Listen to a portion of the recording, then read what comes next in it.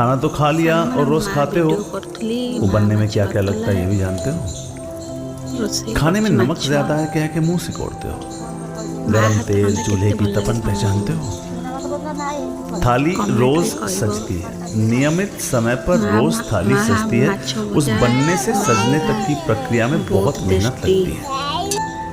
कमर की अकड़, सब्जी वाले को पकड़, उस आंच की तपन, वो कारीगर से लगन, वो स्वाद लाने के हजारों जतन, बस खा के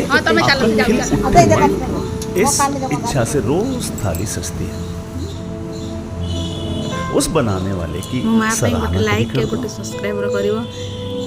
और ऐसा तो थाली सजाने वाली क्या, थाली भी मुस्कुराएगी। सच में बात कितने ऐसे भी हैं जिनको ये मिलता भी नहीं। सोचिए कितने ऐसे